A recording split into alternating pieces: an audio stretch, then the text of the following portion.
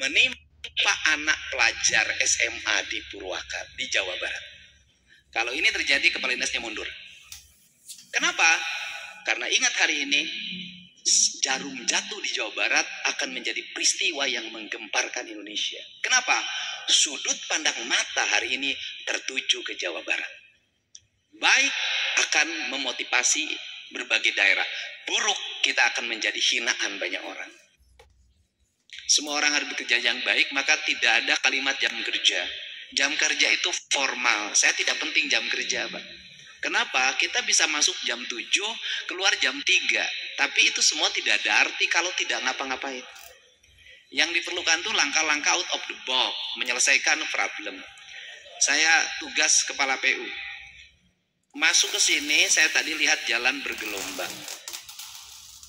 Kemudian ini kawasan industri. Jangan sampai ada persepsi di mata publik investor Indonesia dan investor nasional, pemerintah Indonesia, pemerintah Jawa Barat, pemerintah Kabupaten Subang tidak memperhatikan pertumbuhan ekonomi.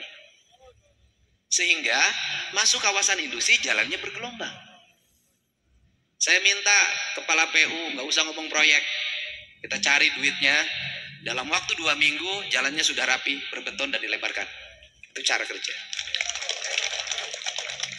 Ini cara, Pak. Yang kedua, kalau saya tidak berimajinasi, lawan ormas-ormas yang menjadi alat bagi orang, gitu kan, yang sifatnya preman. Bukan ormas dilawan, tidak. Ormas baik juga banyak. Tapi ormas yang sifatnya preman. Ya, sifat preman ini ya harus dilawan, jangan dibiarkan. Kenapa selama ini mereka berani? Karena semua orang takut. Kenapa semua orang takut? Nggak tahu. Takutnya kenapa? Kata orang Sunda, tong ingis kubisi, tong rempan kusugan. Dari dulu orang takut sama kunti. Dari dulu orang takut sama genderuwo. Dari dulu orang takut sama kelong wewe. Pertanyaannya adalah, ada nggak orang yang mati dimakan kunti? Kan nggak ada. Nah, ketika pemerintah mengambil tindakan, ketika pemerintah memutuskan, ternyata nggak ada.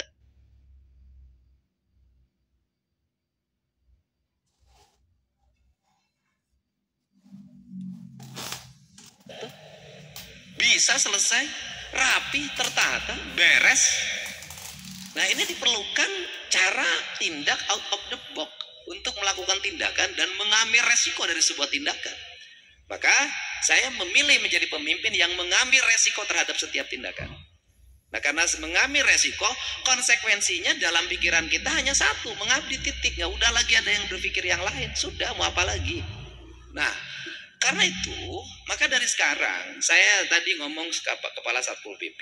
Saya bilang gini, saya nggak mau lagi ada pegawai numpuk. Saya tuh paling nggak suka lihat pegawai datang gubernur penuh. Ngapain? Artinya, kalau setiap pemimpin datang, di situ penuh dengan pegawai, itu cermin pegawai yang ada gawainya. Harusnya apa? Nggak usah penuh. Orang sudah ada jobnya masing-masing. Itu saking nggak ada job. Nah, kenapa saya kalau melakukan tindakan pembongkaran dan sejenisnya nggak mau ngelibatin banyak orang? Karena terlalu banyak orang yang ngumpul dibanding orang kerja. Bongkar bangunan, ASN penuh. Tapi nggak bongkar nama Satpol PP. Satpol PP nanti mau palu-palu aja. Kan ini mindset, saya sudah membangun mindset dari dulu. Oh, kalau pergi ke sini harus bawa palu, harus bawa gergaji, harus bawa... Ini yang dibutuhkan. Nah, jadi kita bergerak itu berdasarkan kebutuhan. Nah, sekarang tahap pertama kita adalah premanisme di kawasan industri sudah clean, sudah bersih. Tahap kedua adalah infrastruktur. Tahap ketiga adalah pegawai negeri, pejabat negara, siapapun dia, tidak boleh menjadikan industri menjadi objek untuk cari duit. Tapi dia harus didorong untuk berjalan dengan cepat, berproduksi dengan cepat, melahirkan orang untuk bekerja. Kenapa? Karena pemerintah tidak bisa nyiapin lapangan kerja dalam jumlah banyak. ASN ada batasannya, P3K ada batasannya, dan kemudian negara juga ada batasannya. Karena keuangan kalau disedot oleh pegawai terus, kapan membangunnya? Maka yang berikutnya adalah mendorong lapangan kerja. Di mendorong lapangan kerja ini, maka tugas negara satu, mempermudah regulasi, jangan dipersulit. Perizinan harus cepat. Bila perlu orang nggak ada konsultan, siapin konsultannya oleh pemerintah. Itu caranya. Nah kemudian rapat-rapat harus diperpendek, harus dipercepat. Lahir keputusan harus cepat. Gubernurnya, bupatinya harus secara teknis detail, ngerti masalah, bagaimana mengurai masalah dan bagaimana menyelesaikan masalah. Setelah itu berikan jaminan untuk memberikan jaminan pada investor, kamu jalan, saya jawab, kamu jalan, saya tanggung jawab. Selesai Pak.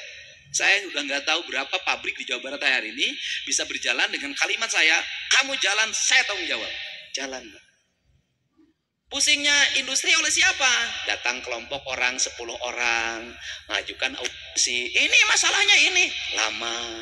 Besoknya datang lagi, audiensi lagi. Ini lagi masalahnya lama. Masalahnya tidak selesai, audiensinya menghabiskan masa orang untuk waktunya untuk bekerja. Karena di Indonesia ini problemnya satu. Bekerja itu mudah di Indonesia itu. Yang susah itu adalah menanggapin orang yang mengomentari orang kerja. Itu Indonesia. Untuk itu harus jalan.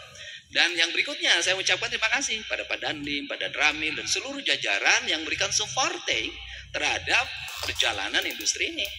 Dan saya juga mengucapkan terima kasih pada jajaran Polres Subang, Pak Waka, Pak Kasat Serse yang melakukan tindakan-tindakan cepat dalam menangani aksi premanisme. Kalau di tempat lain hanya ditahan kemudian pulang lagi, di sini P21. Artinya bukti premanismenya bisa diuji di pengadilan. Tepuk tangan, ini keren. Kenapa? Saya udah ngomong tadi ke teman-teman Kemenko Polkam. Saya bilang kalau tidak berproses P21, maka dilepas lagi berarti premanisme bukan pidana. Ini catatan penting. Loh, kalau bukan pidana ngapain ditangkap? Ditangkap ini berarti ada unsur pidana. Nah, tetapi pemerintah harus memikirkannya apa? Mereka yang tidak terbukti pidana tapi ikut-ikutan bergelombol dengan mereka menjadi preman, berarti pemerintah harus membuat ruang kesadaran. Maka nanti barak militer, barak Polri itu adalah barak untuk merubah pikiran manusia jadi dari buruk jadi baik, dan kita juga harus mendorong dia untuk bekerja dan menyiapkan lapangan kerja. Karena premanisme bisa lahir juga karena ketidaktersediaan lapangan kerja. Sehingga nanti mereka cocoknya lapangan kerjanya apa? Kalau misalnya gagah, orangnya pemberani, nekat, ya jadi security. Kan bisa jadi nanti preman-preman yang gagah pemberani itu ya sudah didik jadi security. Jadi tenaga pengaman resmi. Dilatih oleh negara, dididik. Nanti bisa jadi kalau sekarang banyak anak-anak sekolah lulusan barak TNI, kemudian di sekolahnya sekarang jadi duta kedisiplinan, kemudian jadi duta paskibra, ya nanti preman-preman direkrut, kemudian dididik, mereka menjadi duta keamanan negara. Tetapi bukan orang nggak berguna jadi duta, tapi yang disebut duta itu adalah mereka bisa dididik, dilatih, diarahkan, dan memiliki profesionalisme sebagai seorang security. Kan keren. Nah, ini kan penting. Nah, kemudian termasuk juga di dalamnya keamanan perbankan. Kan saya otokritik ke Pak Dirut. Jadi Kasat Serse ini ke saya menyampaikan bahwa dia sudah meminta untuk menyerahkan barang bukti ini ke kepala cabang. Tapi kepala cabangnya menjawabnya harus ke legal, harus ke sini. Kebetulan ngeluhnya ke saya. Karena ngeluhnya ke saya, ya sudah serahin aja sekalian. Nah, maksudnya saya bahwa dalam dunia manajemen kepala cabang yang seperti ini nggak boleh dipakai. Kenapa? Nggak punya inisiatif, nggak berani ngambil resiko. Karena pemimpin itu kalau ingin besar, dia harus ngambil resiko. Sehingga saya jujur aja, hari ini nggak boleh ketemu saya, nggak boleh datang. Saya bilang, kenapa? Jangan datang ketika masalahnya sudah selesai. Tinggal ada panggungnya, tampil paling duluan. Tapi ketika ada masalah sembunyi, saya nggak suka orang seperti itu. Nah, jadi orang tuh harus berani ngambil resiko. Terakhir, ini jajaran P dan Dinas Perhubungan. Dinas Perhubungan. Pertama, UPT, gitu kan? Kalau terlalu luas diperbanyak.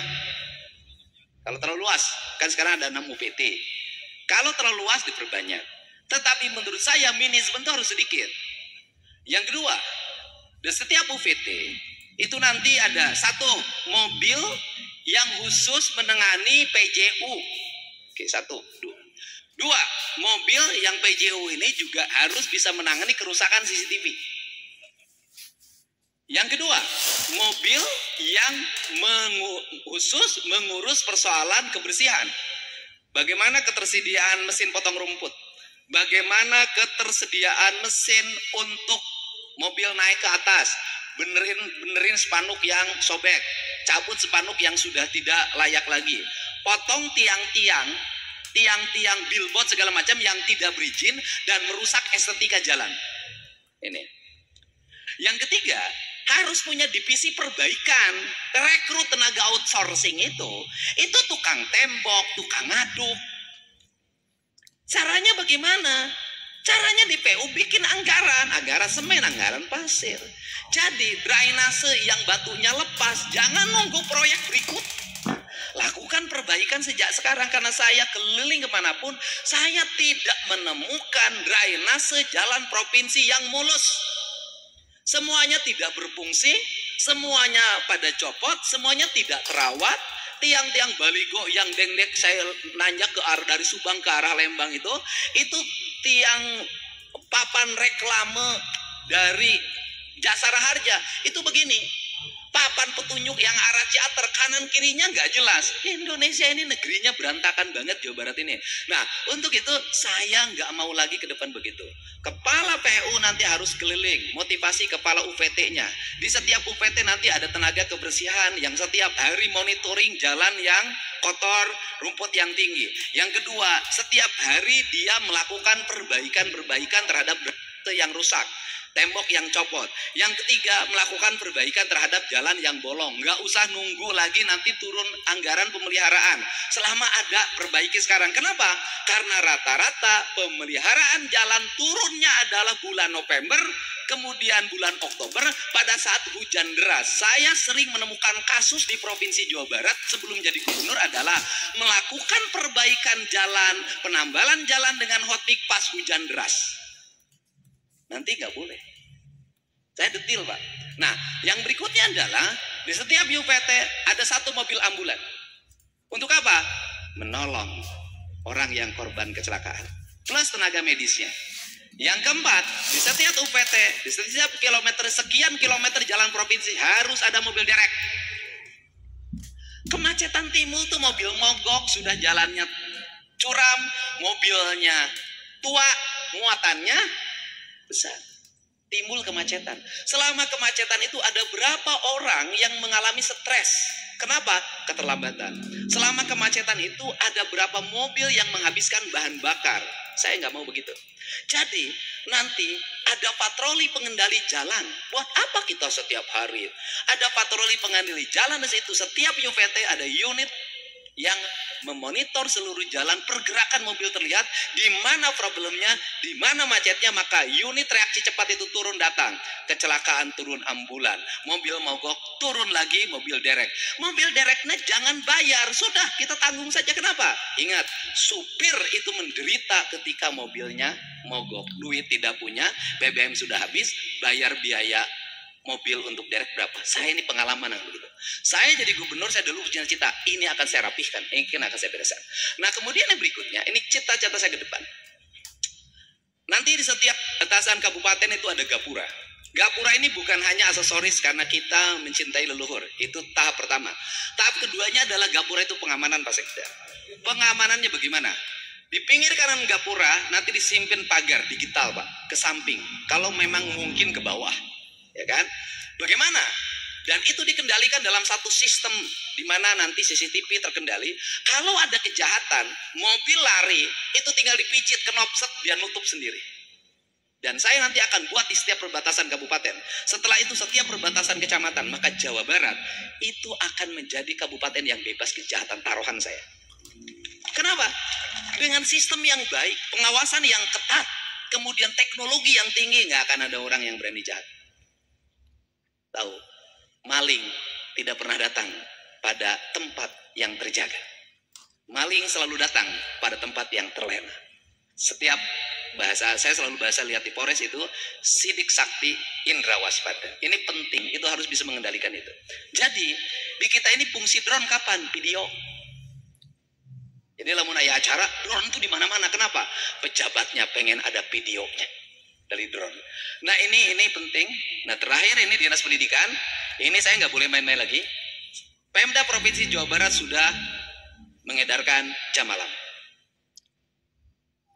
Jam 9 anak sekolah harus kembali di rumahnya. Kecuali lagi sama orang tuanya, ada yang sakit, dia lagi bekerja untuk memenuhi kebutuhan hidupnya dan sejenisnya. Nanti saya tidak mau mendengar ada kejadian atau peristiwa di atas jam 9 menimpa anak pelajar SMA di Purwakarta, di Jawa Barat. Kalau ini terjadi, kepala dinasnya mundur. Kenapa? Kepala dinas harus mengkoordinasikan seluruh Jawa Barat. Setiap malam dia harus bisa connecting dengan Kapolres, dia connecting dengan Kapolsek, dia connecting dengan para kepala desa, dia connecting dengan para kepala kelurahan untuk memastikan anak Jawa Barat itu aman. Kenapa? Karena ingat, hari ini jarum jatuh di Jawa Barat akan menjadi peristiwa yang menggemparkan Indonesia. Kenapa? Sudut pandang mata hari ini tertuju ke Jawa Barat. Baik akan memotivasi berbagai daerah, buruk kita akan menjadi hinaan banyak orang. Ini tidak boleh main-main kerja dengan saya. Tidak boleh lagi ada tujuan-tujuan lain kecuali memperbaiki. Semua orang harus bekerja, berusaha untuk senantiasa matanya terbuka, berkendali, berkomunikasi, tidak feodal, tidak lagi feodal gaya raja gitu loh. Kalau disebut raja boleh, tapi kerja harus cekatan. Nah, tetapi ini yang harus dilakukan. Ini prinsip-prinsip dasar, termasuk kelautan. Kelautan segera membuat konsep. 2 minggu lagi kami akan MOU dengan TNI Angkatan Laut. Targetnya adalah tidak ada sampah di pantai, tidak ada sampah di sungai, bebas Jawa Barat dari limbah dan pencemaran lingkungan. Dan kemudian menjadikan laut itu sebagai halaman rumah Provinsi Jawa Barat. Nah, ini langkah-langkahnya, dan tidak boleh lagi karena saya mah awewe, nggak bisa, karena sudah jadi pejabat tidak lagi ngomong perempuan dan laki-laki. Anda setara dengan laki-laki. Jadi kalau keluar jam 12, keluar jam 1, nggak ada urusan dengan status perempuan. Kenapa? Anda hari ini pejabat dan sudah mengklaim diri bahwa perempuan dan laki-laki sama. Artinya melaksanakan tugas dan kewajiban juga sama. Kerja saya ada kerja teknis. Ya, jadi yang terakhir, tidak boleh kajian ini. Saya tadi sudah meminta ahli yang sekolah dari Jerman, tolong, saya bilang, rubah produk kajian di Provinsi Jawa Barat jadi energi. Jadi buku kajian dirubah jadi energi, karena itu hasil kajian nggak tahu sudah berapa ratus miliar itu uangnya. Semuanya harus taktik, teknis, kita nggak punya banyak waktu. Dan kemudian kita hari Jumat ini 100 hari. Dan 100 hari ini nanti harus termonitor. Yang berikutnya adalah fasting. Media sosial hanya satu. Tidak boleh di luar pekerjaan. Harusnya adalah produksi. Produksinya adalah produksi apa yang kita kerjakan. Apa yang kita kerjakan, ceritakan kepada masyarakat. Sampaikan kepada masyarakat, lihat apa yang dilakukan dan apa hasilnya. Baik dan buruknya masyarakat yang menilai. Untuk itu saya ucapkan terima kasih. Selamat bekerja. Bekerjanya mulai detik ini Anda sudah bekerja. Lakukan langkah-langkah cepat dan penanganan. Tak ada waktu lagi kita untuk leha-leha, rileks, santai. Karena dibimbing dengan saya berarti diajak untuk berlari. Dan kemudian apakah kita memilih berlari atau maraton? Saya milih berlari saja. Kenapa? Maraton nanti takut ketinggalan. Dan apakah berlari akan kehabisan napas? Tidak. Karena kita adalah energinya energi alkalin, bukan energi batu baterai yang mudah rapuh dimakan oleh hujan.